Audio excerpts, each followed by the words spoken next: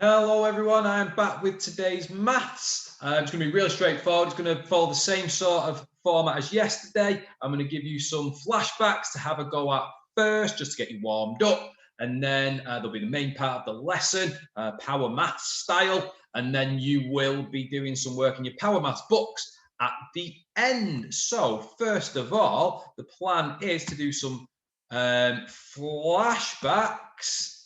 And here we go. So we have got a good mix again, similar sort of questions to yesterday, really. We've got some multiplying, we've got some dividing, we've got a perimeter question again, and also we've got a clock. You have to tell me what time the clock is saying. So just like yesterday, give yourself 5 minutes or so to have a go at these, do some working out. It'll help you, I imagine. Do that. And pause the video now, have a go at those, and I will then tell you all the answers. Okay, so hopefully you've had a good go at those. First one, number one, work out 11 times 7. If you didn't know that and you were struggling with your 11s or your 7s, what you could do is do 10 times 7, because I think we all know our 10s, and then put another 7 on as well. And the answer you'll get is 77. Okay, the next one, what is 63 divided by 7? You need to think about how many 7s go into 63. The answer is, of course, 9. Well done if you got that one. And you can check. So if you thought it was 9, it's a good guess. You can check by doing 7 times 9. And if you get 63, you know it's the right answer. 7 times 9, as we know, is 63. The third one, what is 9 multiplied by 0? You'll know that, hopefully, from our times table bingo games, because if you multiply anything by 0, you get 0. 9 lots of nothing is still nothing. And then the perimeter question. So we did some perimeter yesterday. You had to remember that it means the distance around a shape. In this case, it's a square. So we've got one side shown on the square, which is 4 centimeters. Now, the thing we know about a square is that all the sides are equal. So you've got 4, then a 4, then a 4, and then a 4. So you could add all them together, or you could times them, 4 lots of 4, and you get 16. Okay, 16 centimeters is the perimeter of that square. The last one was the clock. You have to tell me what time it was. What you can do is think about what each one of these sections is worth. So that's 5 minutes. Each one of these is 5 minutes. So 5, 10, 15, 20, 25. It's gone 25 minutes past. What's it gone past? Let's look at our arrow hand, at our hour hand, and it's gone just past the 10. So it must be 25 minutes past 10. Or you could say 10:25 if you wanted to. That is fine by me. All right, there are your flashbacks. Hopefully you had a good go at those. There'll be some more tomorrow. Next up is the main. Oh, I'm giving you more flashbacks. We'll save them for tomorrow. You got a sneak peek there. Next up is going to be the main part of the lesson. And just a quick one. The date today is 12.1.21. If you look, it goes 1, 2, 1, 2, 1. 1, 2, 1, 2, 1. If anyone can tell me what it's called when it's the same number forwards to backwards, I think it's called something, but I'm not sure what. You can find out what that's called and send me it. I'll give you a dojo because I'm interested. Okay, today's math is about related multiplication calculations. Let's find out what all that's about. Here we go. So, just like I'd show you in school, here are the Power Math teacher guides. I'm going to start with some discovery on related multiplication calculations. There are hard words to say, these guys, you know. So, first one, 1A. How many balloons are there on all the cakes in total? Okay, so you need to think how many cakes there are. Got one big one there and then 5 behind. So we've got 6 cakes. Little clue. Got 6 cakes. If you look closely, you'll see how many balloons are on each cake. You need to tell me how many balloons there are on all the cakes in total. Now, the word total is a good word, and it shows us, it gives us a little clue that we have to do some multiplying. All right, so that's 1A. Don't start it just yet. I'm going to talk you through 1B, and then I'm going to tell you how you do both of them. So that's 1A, and then 1B says, how many candles are there on all the cakes in total? Okay, so you're going to have to maybe look a bit closer here and see how many candles are on each cake. And it says in total again, so you're going to have to do some other kind of multiplying. Have a little go at that. Do your working out. You can pause the video now, and I will tell you the answers in a sec. Pause the video. Okay, so what we want to do now is go through how you work these out. And to do that, turn the page over. Here we go. So the top bit is answering 1A for us. It says there are 3 balloons on each cake, and there are 6 cakes in total. And what it's actually done to help us work this out, it's done as a number line. So each one of these jumps is 3 to show the 3 balloons.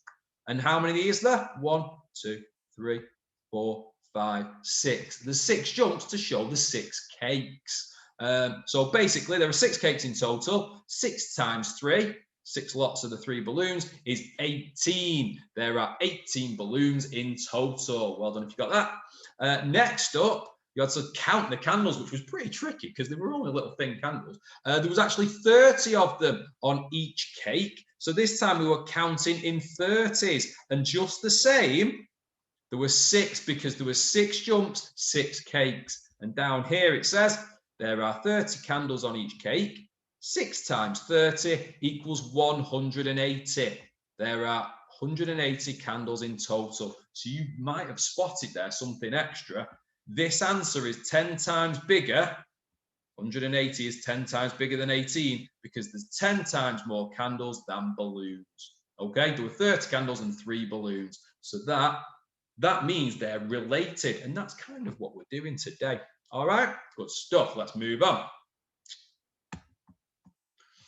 Okay, next up, something for you to have a go at on either whiteboards in school or scrap paper at home. We've got some to have a go at. It says, a baker bakes 8 cakes. How many ducks are there on the cakes in total? There you go. It gives you some information. And then it says, how many cherries are there on the cakes in total? It gives you some information. What you can do is follow these on if you need to. If you want to carry on these number lines, you can. Use whatever helps you work out the answer. Maybe a number line will help you. You've also got the statement here already for you. You've got 8 times 2 equals and 8 times 20 equals. Pause the video, have a little go at that. Okay, so you might have used the number line. 8 times 2 is 16, so there are 16 ducks in total. And then 8 times 20 is 160. There are 160 cherries in total. And if you notice, 160, 10 times more than 16. Okay, so again, it's related. It's something that you can easily check. Right, I'm just trying to move on to our next page. Here we go. Got a couple more for you. This time we've got some cupcakes. How many chocolate circles are there in total? There. Have a go at that one. This time you have to write in your own statement for times in. And then there's a challenge for you to have a go at as well. It says use base 10 equipment. If you're in school and you've got some lying around, of course you can use it. If you're at home, you can either draw the base 10 cubes out, or I'll be honest, I'm not sure you'll need it. I think you'll be able to work these out. Okay? Have a go at those. Pause the video.